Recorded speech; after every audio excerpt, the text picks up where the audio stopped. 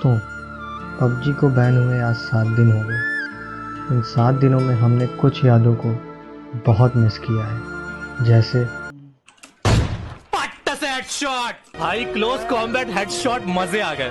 Fall back to safe zone. I'm out. Need ammo. और सबसे main ये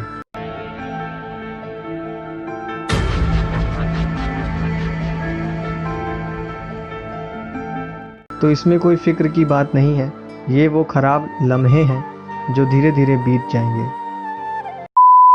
तो दोस्तों, आज इस वीडियो में मैं आपसे पबजी इंडिया में बैन क्यों हुआ और पबजी ऑफिशियल्स का फ्यूचर में क्या स्टेप होने वाला है, इन्हीं सब टॉपिक्स पर बात करूंगा।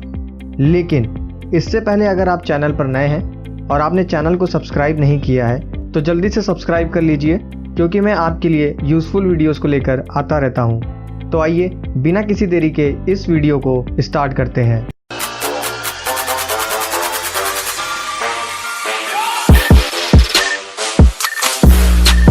PUBG player unknowns Battleground mobile game industry का एक ऐसा गेम है जिसने मोबाइल गेमिंग में एक क्रांति सिला दी और कई लोगों का करियर भी बना दिया। तो फिर आखिर पबजी इंडिया में बैन क्यों हुआ, तो इसको समझने के लिए आइए चलते हैं फ्लैशबैक में। 2020 जो एक पैंडेमिक ईयर है जिसका पूरा क्रेडिट चाइना को जाता है, उसी चाइना ने मंथ ऑफ जून में पूर्वी लद्दाख की गलवान वैली में डिस्प्यूट खड़ा कर दिया, जिसको देखते हुए हमारी गवर्नमेंट ने 29 जून को 59 चाइनीज ऐप को बैन कर दिया, जिसमें सबसे बड़ा नाम टिकटॉक का था। लेकिन उसके बाद भी चाइना ने अपनी हरकतों में बदलाव नहीं किया और फिर 27 जुलाई को 59 बैंड ऐप्स के क्लोन वर्जन और 2 सितंबर को 118 और चाइनीज ऐप को भी गवर्नमेंट ने बैन कर दिया, जिस लिस्ट में पबजी मोबाइल का भी नाम था। तो इन 3 डिजिटल स्ट्राइक के थ्रू हमारी गवर्नमेंट ने चाइना पर फाइनेंशियली अटैक भी किया।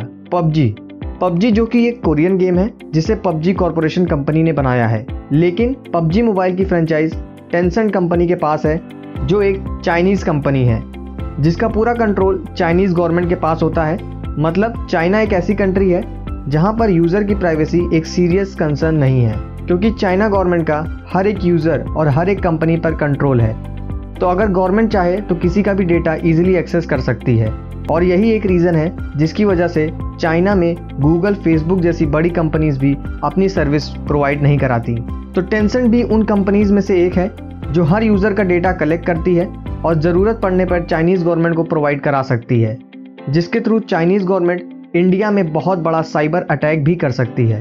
तो सोचिए, ये तो केवल एक टेंसेंट कंपनी है, बाकी कितने चाइनीज़ ऐप को आपने यूज़ किया होगा और अपने डेटा को अनजाने में शेयर भी किया होगा। तो ऑफिशियल नोटिस के according the ministry of electronics and information technology ने इन सभी 224 ऐप्स को अंडर सेक्शन 69A के तहत बैन कर दिया, जो चाइना के लिए इंडिया का एक अच्छा और इफेक्टिव स्टेप था। तो दोस्तों, इस तरह पबजी मोबाइल इंडिया में बैन हुआ। नेक्स्ट सेगमेंट में हम बात करेंगे पबजी ऑफिशियल का फ्यूचर स्टेप। पबजी का इंडिया में बैन होना केवल चाइना के लिए ही एक शॉकिंग न्यूज़ नहीं है, बल्कि पबजी कॉर्पोरेशन के लिए भी एक सैड न्यूज़ है, क्योंकि रिपोर्ट के अकॉर्डिंग पबजी का सबसे बड़ा मार्केट इंडिया है, जिसमें 25% यूज़र सिर्फ इंडिया से हैं, जबकि 17% चाइना और 6% अमेरिका से हैं। और 2020 के मई महीने की रिपोर्ट के मुताबिक पबजी का एक दिन का रेवेन्यू $4.8 मिलियन है।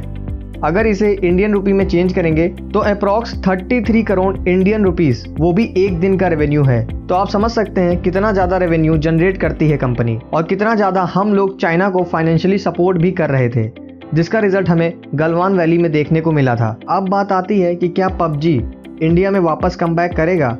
तो यहाँ पबजी ऑफिशियल की रिपोर्ट में ये सामने आता है कि जो पबजी मोबाइल की फ्रेंचाइज टेंसेंट के पास है, वो इंडिया में ऑथराइज नहीं रहेगा।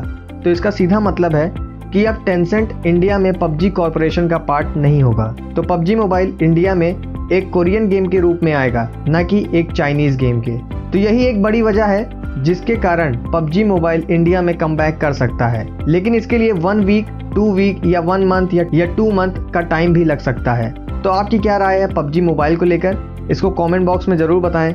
बाकी देखते हैं कब तक पबजी मोबाइल इंडिया में कम बैक करेगा। तो आज के लिए बस इतना ही। उम्मीद करता हूँ कि आपको ये वीडियो पसंद आया होगा।